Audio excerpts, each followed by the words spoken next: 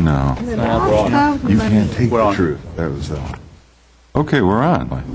All right, we're going to come to order. Today is the Wednesday, April 7th, 2010, a regular meeting of the Glendale Planning Commission. Could we call roll, please? Present. Here. Here. Here. Here, report regarding posting of agenda, please. The agenda for this meeting was posted on Wednesday, March 31st, 2010, on the bulletin board outside City Hall. Thank you. Would everyone stand and please join me in the Pledge of Allegiance? I pledge allegiance to the flag of the United States of America and to the republic for which it stands, one nation, under God, indivisible, with liberty and justice for all. Approval of minutes. Any comments or corrections? On my side. This would be for the March 17th, 2010 meeting. I move to accept. I second it. Motion and support. Call roll, please. Aye. Aye. Aye. Aye. Aye. On a vote of 5-0, the minutes of March 17th, 2010 were approved. Agenda item 5, communications. I have no cards. Agenda 6, no zoning appeals. Agenda 7, planning commission items. New business. It's a street vacation, case number 151V. It's a portion of Los Feliz Road, southwest of the intersection of Los Feliz and Gardena Avenue, located adjacent to 435 West Los Feliz Road. The applicant's Tritech Associates, the owner's Avalon Land Company, LLC. It's a request for findings of general plan consistency for a partial vacation of Los Feliz to enable development property at 435 West Los Feliz Road. Staff is represented by Mr. Hamilton. Would you give us an overview, please? Yes. Behind you is a map showing the proposed vacation of a portion of Los Feliz located generally between Gardena and the railroad tracks. It's roughly triangular, and it consists essentially of an embankment that is between the improved portion of the street and the private property at 435 West Los Feliz. The reason for the proposed vacation is to support the development of the site at 435 Los Feliz. The current proposal is to put a driveway through the embankment and into a subterranean garage. In order to do that, there needs to be a vacation of this portion of the right-of-way to enable the driveway to go in. The vacation, the area in question, as you can see from the aerial photograph, is not part of the street itself. It's not a part of the improvements of the street. It's an embankment that encloses some public utilities. Those utilities, if the project proceeds on the property, will be relocated to Fernando Court and to Gardena. Therefore, there'll be no need to retain this portion of the right-of-way for the purposes of accommodating these utility lines. The vacation will only proceed if the project proceeds and is approved by City Council. If, for whatever reason, the Council decides not to approve the project or the project fails to obtain building permits, the vacation will not proceed. The street, Los Feliz, is a major arterial, but again, we're only proposing a partial vacation of an area that is used neither by automobiles nor pedestrians. And because of the characteristics of this vacation, we think it is entirely consistent with the general plan circulation element, and we recommend that the vacation be recommended for approval by the Planning Commission. Do you have any questions? Questions from the Commission, please. Ms. Landergan? Due to the traffic that is on there and the designation of this, has this been vetted with the traffic, or will that be part of the permitting process? No, absolutely. Tom Mitchell from the city's Traffic Bureau has been working very closely with the applicant and the applicant's consultants and planning department on the design of the project, the design of the improvements, including the turning lanes that would serve the project site, and the necessity for using this portion of the embankment for a portion of the driveway serving the site. So we're coordinating closely with traffic and various other departments. The proposed turning lane will be essentially, if I remember right, in the parking lane along Los Feliz and will not obstruct the two through travel lanes. That was one of the key elements of the proposed project. Is there a reason why this can't just happen on the other street, Gardena Avenue? There is going to be, the proposed project at 435 Los Feliz proposes entrances off of Los Feliz, because that's where they think most of their traffic will, the vast majority of the traffic will approach the project from Los Feliz. There'll also be an entrance off of Fernando Court. So there'll be if the project proceeds, if I remember right again, there'll be a turn signal at Fernando Court and San Fernando. So a new traffic signal to enable turning movements off of Fernando Court, into and off of San Fernando into the site. But still, even with that, the traffic analysis indicated that most of the traffic would approach the site via Los Feliz somehow. So that's why there was felt there was a need to get a driveway off of here. Could you put it in off of Gardena?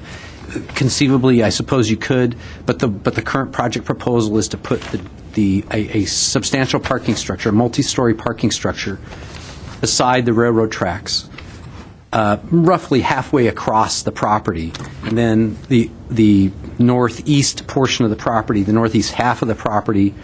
I can show you on the map. The current project proposal is to develop essentially this portion of the site with a multi-story parking structure, and this portion of the site with a combination retail office structure. So in that configuration, because the parking's over here, putting an entrance off of here wouldn't serve that purpose. So that's why they're proposing a driveway entrance roughly in this location, and then another one, they're going to bulb this out and have a driveway entrance here and driveway exit here. Again, this is all pending City Council approval. And the designs of the development and the arrangement, as you say, that's not ready yet? See? It is substantially completed. There's been fair amount of detail work. The City Council still has to take, if I remember right, both Phase 1 and Phase 2 approval or action on it. It's possible they've already seen Phase 1, so they might be just going back to Phase 2. I saw the Phase 1 You did when they presented it in the City Council. I was there, so we're kind of at a disadvantage. That really should have been part of this presentation as well, knowing what project is going on. It is a wonderful project, and all that configuration or the traffic study has been done. Is there any EIR involved? There is an EIR involved. Yeah, so to some extent, I'm familiar with the project. So I've seen the traffic flow. I've seen all these things. But it's just Phase 1. That they presented in the City Council. So yeah, I know this project is associated with that. So as far as this portion of the the vacation of the property, I have no question. I have no problem with it. So I apologize for not giving you at least a site plan to refer to see where the driveways were, but I presume that the applicant is paying all the utility relocation costs? that's my understanding.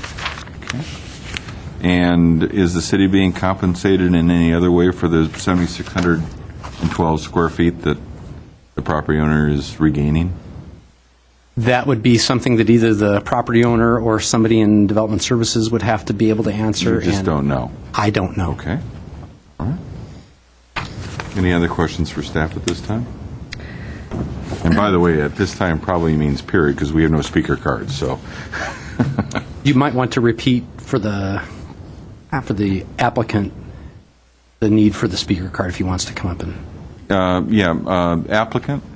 Do you want to speak to us? Do you want to address? I'm asking if you want to address this. If you do, there's a card you'll want to fill in. Want to hear something, we're prepared to. Fair enough. We'll see if there's a question. All right. Just Ms. one Landry. question. So the elevation change from Gardena to this, If so it'll have ingress and egress off of San Fernando? Not San Fernando, Fernando Court. So off of Los Feliz, I'm sorry, it'll have Only ingress. only ingress, no egress. Yes. Now, and so the ingress will only be in one direction, or will it be in both directions, from both It's directions? only right turn via westbound Los Feliz. No left turns across Los Feliz. That's what I To was get in. hoping you were saying. Eastbound? So, Yes. my apologies for not providing a site plan. The only access off of Los Feliz is a right turn lane, roughly in this direction here. That's it. No left-bound turning movements allowed. No exiting allowed onto Los Feliz. It's only egress, okay.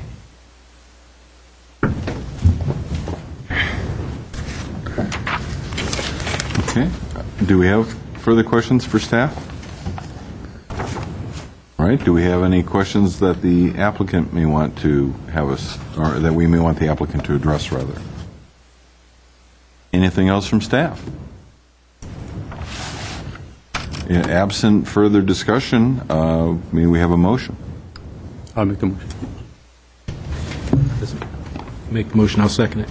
Yeah. I'll move that upon consideration of a vacation case number 151B, and after reviewing the records, files, reports, and all documentary evidence submitted with regard to said alley vacation, subject to compliance with the State Government Code, Section 65402, and Chapters 2.68 and 12.24 of the Glendale Municipal Code, the Planning Commission hereby makes each and all of the following findings of fact.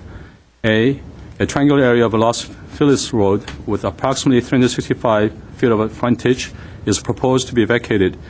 It extends from Gardena Avenue on the east side to the railroad right-of-way to the west. The total area to be vacated totals approximately 7,612 square feet.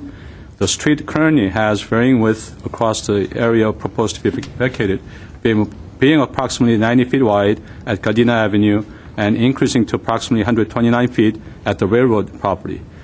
The improved width is 76 feet.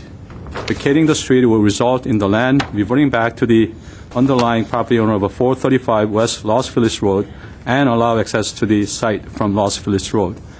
B, Los Feliz Road is identified in the circulation element as major arterial, which are defined as the widest 4 to 6 lanes urban streets.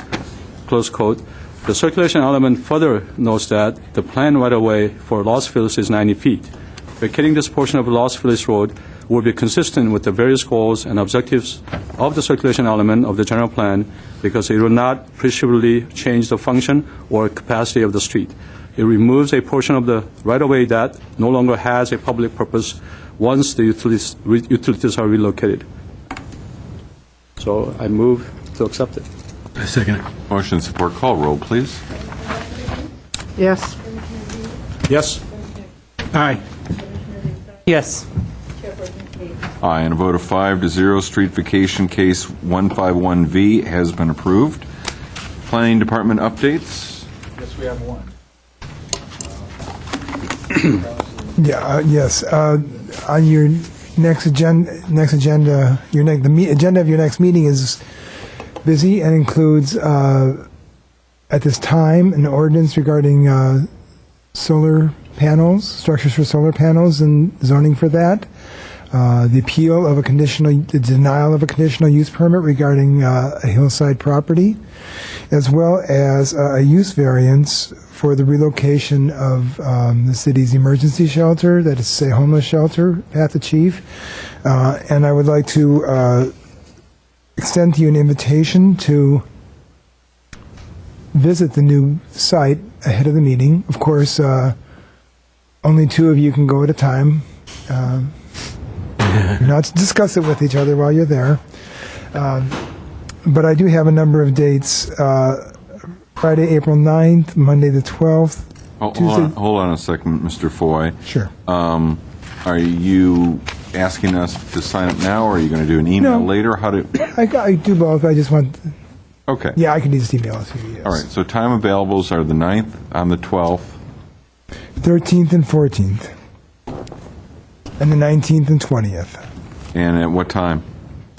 Most of those are any time. The only dates that have restricted hours would be Friday the 9th and Wednesday the 14th.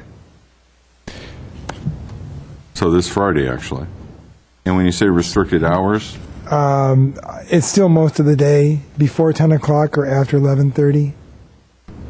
so On the Friday. blackout date is from 10 to 11:30. That's right. Okay. All right. And is the applicant going to be there? I mean, who hosts our visit? Yes, right. They're the ones who have access to the building. You'd be meeting with the applicant, and of course, that's perfectly okay to do. You just have to disclose that. Yeah, and how do we contact the applicant? Through the case planner, Eric Kraus, What's Eric's phone number, please? 937-8156. And then each of us, we can go as many as two or as few as one, right? That's right. So it's all up to us, however our schedules work out, to touch base with Mr. Eric Kraus. We get an email that any relation? on that. We will, yes. Okay. All right, thank you, Mr. Foy. Anything else for updates?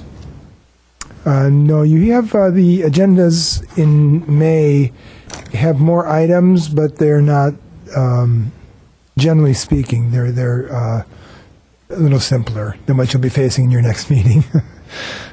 All right. Unless there's any comments from commissioners? Yeah, I have a comment. Thinking about the meeting we had last time,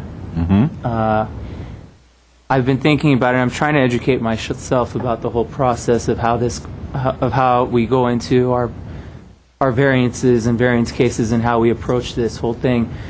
And I wanted to get the thoughts on commissioners, because I know there was some. I know we weren't all very happy about the whole process of it, and I'm still trying to educate myself. I did talk to Mr. Foy earlier today and trying to figure out exactly what the process is, and I want to see if maybe it's helpful, and I also want to get staff's input on this as well. Maybe it's helpful to have some type of process in place, or maybe a checklist where we know we're making sure all alternatives are being looked at. And we know, and that's also put into the staff report, if this has been looked at or not, or if, maybe and there was no comment by the applicant. And I don't know if that's the ideal way to do this or just something, but I want to get a better idea of how this process works and if maybe the commission can be helpful in some way. So I'm not sure how to approach that, but maybe that could be an item that we can discuss about. Yeah, to discuss much, we'd need to agendize it. Okay. As opposed to not fully discussing, and I would like to agendize it. I think that's quite appropriate. Any other comments from commissioners in general, or even a little specifically over that last case, just in terms of process? I know we talked about that a little bit in our last meeting. I'm going to jump on what Eric said a little bit and said, an appeal is expensive. It's expensive to the people that make the appeal, and it's expensive in terms of staff time. I mean, for as much money as the appellants are out, it probably really doesn't cover staff time. So ideally, if a variance can be handled during meetings and not reach the true variance stage, it probably creates a win-win for everyone. And I think that's kind of where you're going, is what happened before it got to the point of the variance. So I think as a group, again, building on what Eric said, I think it would be great to hear back from staff in terms of what happens, for lack of a better phrase, what happens in a mediation type process. Now, the flip side of that is a lot of times people come to us, and since they lost with staff, suddenly they have new ideas. Right. So that's the other side of the coin. Right. Somebody, they should have brought that up. Well, you didn't want to do it. So there is two sides to that coin. But if we hear that and we see going in, like you just said, if we see as part of the staff report some of the mediation discussions that occurred, then we kind of get a sense of what's been going on through the entire process. Trace it back. Just a question of clarity. The purpose of your intent is not to rehash the case. Not that It's just specific to one. talk about process, about appeals, what should be done on both sides as far as staff and the Yeah. applicant and so forth. Yeah, just to get an idea and see how the commission can be helpful in being And helpful to the staff and vice versa, because it affects, I think it affects the applicants, Process, it right. affects us, and it affects staff's time as well. They can be working on much more important things. That was an ungainly process, or Right. hearing, if you will, without the specifics. Anything I else? agree. I think that's a good idea. All right. Mr. Foy, when do you think we might be able to throw that on an agenda for discussion? Well, as I said, your next three agendas are kind of full, so I'll have to just probably work with. Well, report back at the next meeting when you think we can carve out a half an hour or whatever. Ms. Landergan, was there something you wanted to say? Yes, there was. Mr. Yustayan and I are new, and there are some planning commissioner training sessions that are offered, and I was wondering if the city ever encouraged new planning commissioners to attend these workshops, and if so, then there is one in May that I would be interested in going into, and I don't know if you would be interested in joining me. But if that's something that the city does do, they're $65. They're pretty cheap. But if Does so, that include lunch? I hope so. Yes, it does. Yes, it does. Did you? Yeah, I went did to- you yeah, take yeah, I went Tell to us one. about it, Mr. Lee. Yeah. It was very informative. I mean, in that particular session, they discussed some of the traffic elements of the highway and how it's affecting the residents nearby. All those plumes that comes off the highway, how it affects it. Depending on the weather, depending on the temperature, and whether it's day or night, how far it travels. The plume. So that type of a things kind of got me to think a little bit more than just traffic count on the freeway by itself, but the effect of the all those traffic. So that was one of the the study sessions. But just overall, it was a good, really thought-provoking experience, and I think all of us need to attend those things. Mr. Foy, would you check with Mr. Hagani and advise of those kind of meetings and see if that would be possibly something that planning commissioners could take advantage of on a reimbursed or a underwritten basis? I know for certain we have a line item in our budget for planning commissioner training, so Well, that raises an interesting question. it's not a lot. Well, I know, but if it's carried over from every year, it's got to be in the millions. Because we need a lot of training. And we may donate some of it to City Council, much like LADWP in Los Angeles. Or we can use it to buy some shares. We can have a training session in Hawaii. I know. Could you formalize it so we all get Keep the the chairs. information that Ms. Landergan was talking about? Who sponsored it? The public policy program at UCLA Yeah, Extension. Same program. I could send you that information. Actually, Thank you. now that you bring this up, I remember the APA, the American Planning Association, also has magazines and a quarterly journal on commissioners, for commissioners, and maybe that's something we can subscribe to, maybe one, and then we can share or something like that. Because I've always been interested to know what's in the journals, and it talks about commissioners all over the country and what they're doing, and it might be helpful to what we're doing here. I think that's a good idea. Oh, Yeah. Great. Excellent. Good. Excellent thoughts. Anything else? Would somebody like to motion for adjournment? So moved. We are adjourned. My God, 5:30.